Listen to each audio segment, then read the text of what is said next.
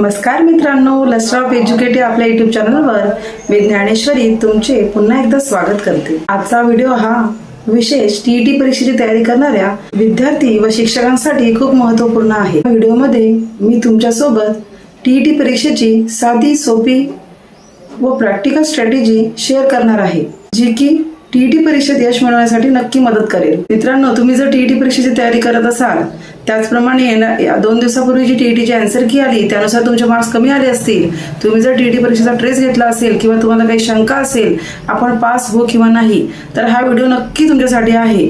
तो व्हिडिओ शेवटपर्यंत नक्की बघा।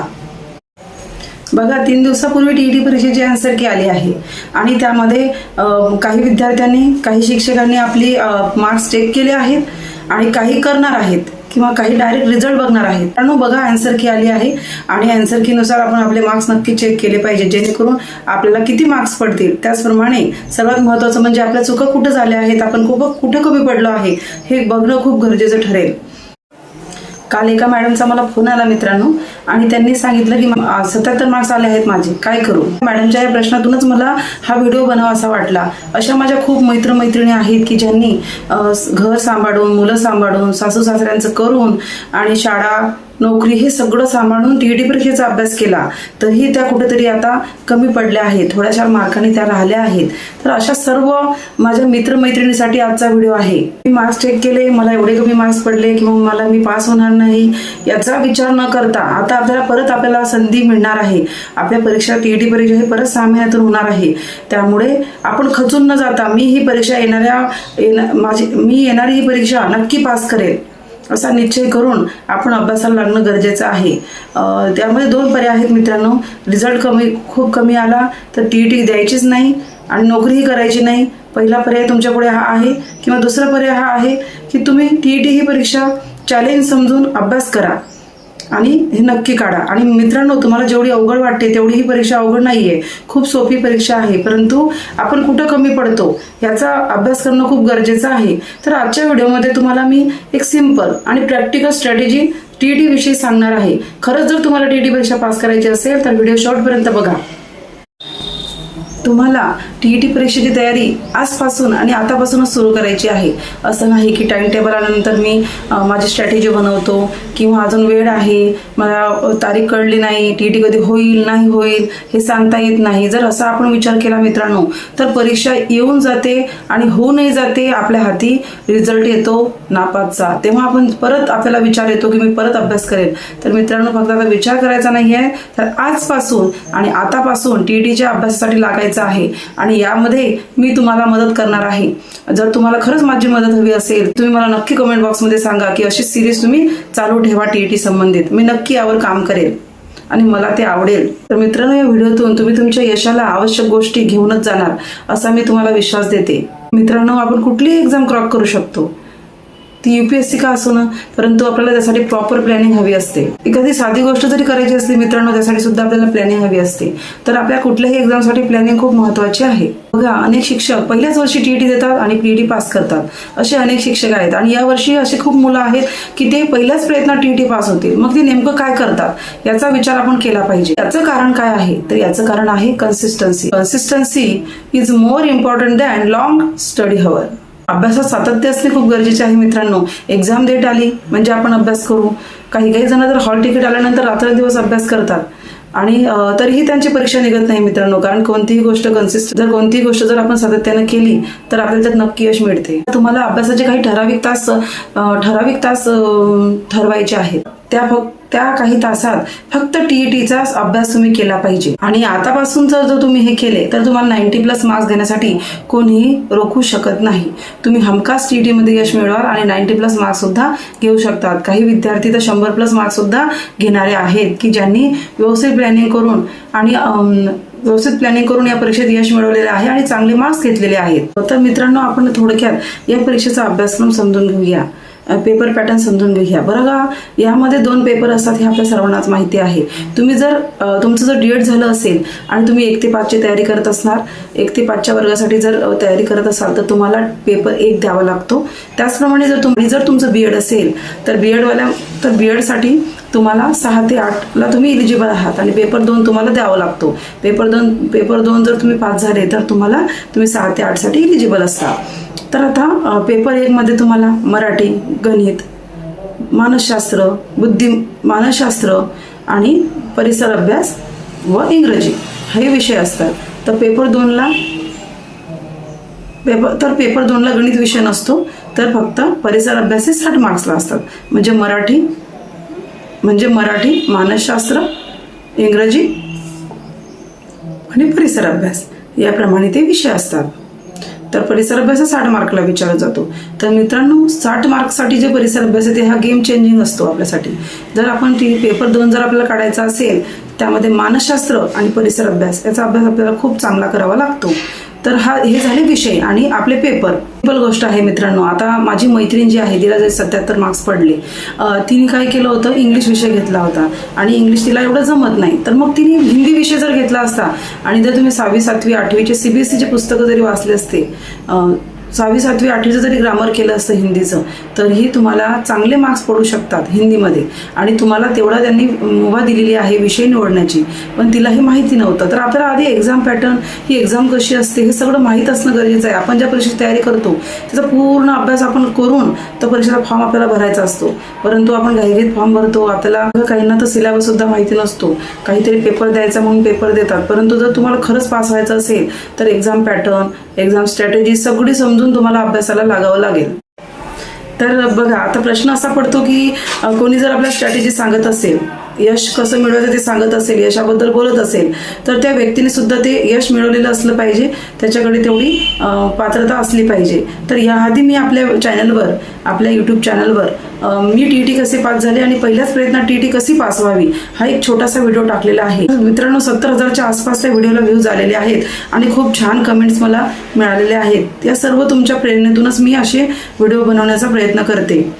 मी खूप मोठी मार्गदर्शिका नाही आहे, पण मला जे अनुभव आहेत, मला असं वाटते की मी पास झाले तर माझ्यासोबत माझे मित्रमैत्रिणी सुद्धा पास झाल्या पाहिजेत, म्हणून मी हा छोटासा प्रयत्न करत आहे. तर आपण मुख्य विषय म्हणजे आपला स्ट्रॅटेजी. तर बघा, मी तुम्हाला आज 5 मुद्दे असे सांगणार आहे की ज्यातून तुम्हाला तुमच्या येणाऱ्या TET परीक्षेसाठी यश नक्की मिळेल. त्यानुसार जर तुम्ही प्लॅन केला तर तुम्हाला कोणीही TET पास होण्यापासून रोखू शकणार नाही.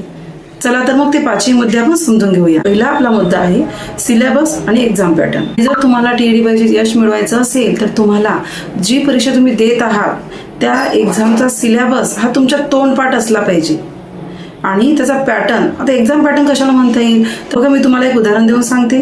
मानसशास्त्राचा जो पहिला पेपर असतो त्या पेपरला मानसशास्त्र हे थोडं म्हणजे त्याची लेवल कमी असते प्रश्नांची, आणि जर तुम्ही दुसरा पेपर दिला तर तुम्हाला जे मानसशास्त्राची प्रश्न विचारण्याची जी लेवल आहे, तो दर्जा आहे, तो वाढलेला दिसतो. म्हणजे तुम्हाला खूप जास्त अभ्यास करण्याची गरज आहे पेपर 2साठी.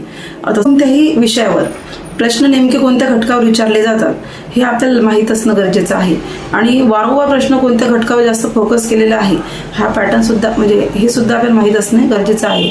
एक्झाम पॅटर्न जर आपल्याला एकदा माहीत झाला तर आपण ती परीक्षा किती वेळा पास होऊ शकतो. दुसरा महत्त्वाचा मुद्दा आहे रोजचा स्टडी प्लॅन. काही मुलं असे आहेत की एक दिवस पूर्ण रात्रभर जागून अभ्यास करतात आणि दुसऱ्या दिवशी झोप काढतात. तर बघा, आपल्याला काय करायचं आहे, आपलं घर सांभाळून, मुलं सांभाळून हे सर्व प्लॅन करायचं आहे. दिवसाचे 2 ते 4 तास आपल्याला अभ्यासासाठी काढायचेच आहे. 2 ते 4 जर यापैकी जर काही जणांना जमत नसेल 4 तास काढणे, तर त्यांनी 3 तास तरी कमीत कमी हा अभ्यास करणं गरजेचं आहे. त्यासाठी स्टडी प्लॅन करणं खूप गरजेचं आहे मित्रांनो. आता बघा, काही लोकांना जर स्टडी प्लॅन हवा असेल तर त्यांनी मला कमेंट बॉक्समध्ये नक्की सांगा की मॅडम, आम्हाला आजपासून तयारी करायची आहे आणि तुम्ही आम्हाला एक प्लॅन द्या. तर तुम्ही जर मला कमेंट केली तर मी त्यावर नक्की काम करेल. तिसऱ्या मुद्द्याकडे वळूया. तिसरा मुद्दा आहे मित्रांनो विषयाकडे दुर्लक्ष. जसं की आपले काही स्ट्रॉंग पॉईंट असतात, जसं की काही लोकांना मराठी जमतं, कोणाला इंग्लिश जमतं.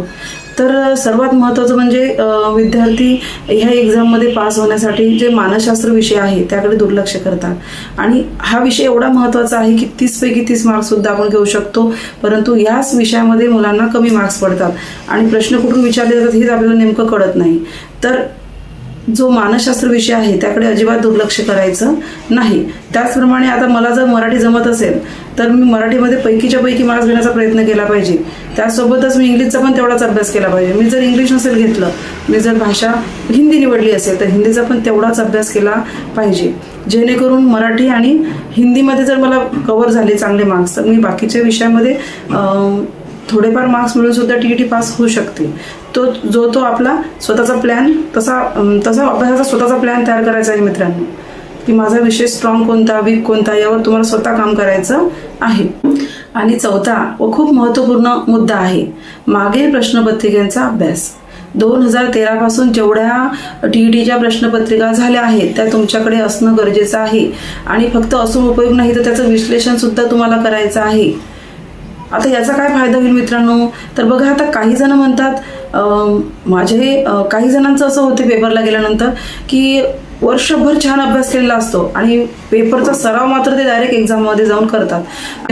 मी प्रश्न चुकीचा वाचला किंवा मग उत्तरपत्रिकेमध्ये वरच्या राऊंडला गोल करायचं होतं तर खाली गोल झालं, यासारख्या छोट्या छोट्या चुका होतात. याच्यामध्ये तुमचे 8 ते 10 मार्क कमी होतात, काहींचे 2 ते 3 मार्क कमी होतात. आणि पास होण्यासाठी 1 मार्क सुद्धा खूप महत्त्वाचा असतो. असे खूप विद्यार्थी आहेत किंवा कॅन्डिडेट असतील की आता या परीक्षेमध्ये सुद्धा त्यांचं 1 मार्काने राहिलं, 2 मार्काने राहिली परीक्षा निघायची, तर असं तुम्ही ऐकणार. तर हे का होते, तर आपल्याला प्रॅक्टिस करायची आहे, सराव करायचे आहे. हे खूप महत्त्वाचं आहे की मागील प्रश्नपत्रिका आणि मित्रांनो मागील प्रश्नपत्रिका तुम्ही सोडवल्या, तुम्हाला दुसरा फायदा असा होतो की तुमचे जे संदर्भ पुस्तकं आहे ते तुम्ही स्वतः शोधू शकता की नेमका आपण जो अभ्यास करतो, एखादं बुक आणलं तर मग त्या बुकमधले प्रश्न येतात का, मागील वर्षी ज्या प्रश्नपत्रिका झाल्या त्यामध्ये आले आहेत का. तर ते जर आले नसतील तर आपण नक्कीच कुठेतरी चुकतोय हे तिथे आपलं लक्षात येते. आणि आपण आपली स्ट्रॅटेजी म्हणून नवीन पुस्तकं आणून म्हणजे त्या संदर्भ पुस्तकं सुद्धा आपण स्वतः ठरवू शकतो आणि त्यानुसार अभ्यास करू शकतो. जर एखादं मी पुस्तक वाचतच असेल आणि त्यातून एकही प्रश्न आला नाही तर ते अभ्यासाला काहीच महत्त्व नाही.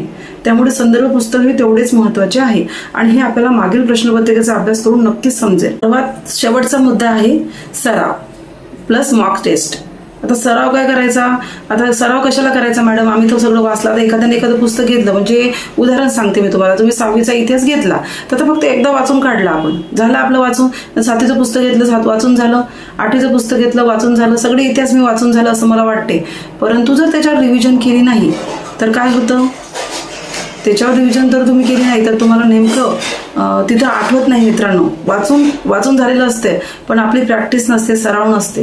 प्रॅक्टिस मेक्स मॅन परफेक्ट असं म्हटले जाते. जर तुम्ही एखादी गोष्ट 2-3 वेळा जर रिव्हिजन केली, 5वीचं पुस्तक घ्या तुम्ही इतिहासाचं समजा, आणि ते पहिल्यांदा वाचून झालं आणि दुसऱ्यांदा तुम्ही त्याच्या नोट्स काढल्या आणि त्या नोट्सची जर एकदा रिव्हिजन केली तर 3 वेळा ते पुस्तक तुमचं वाचून झालेलं आहे.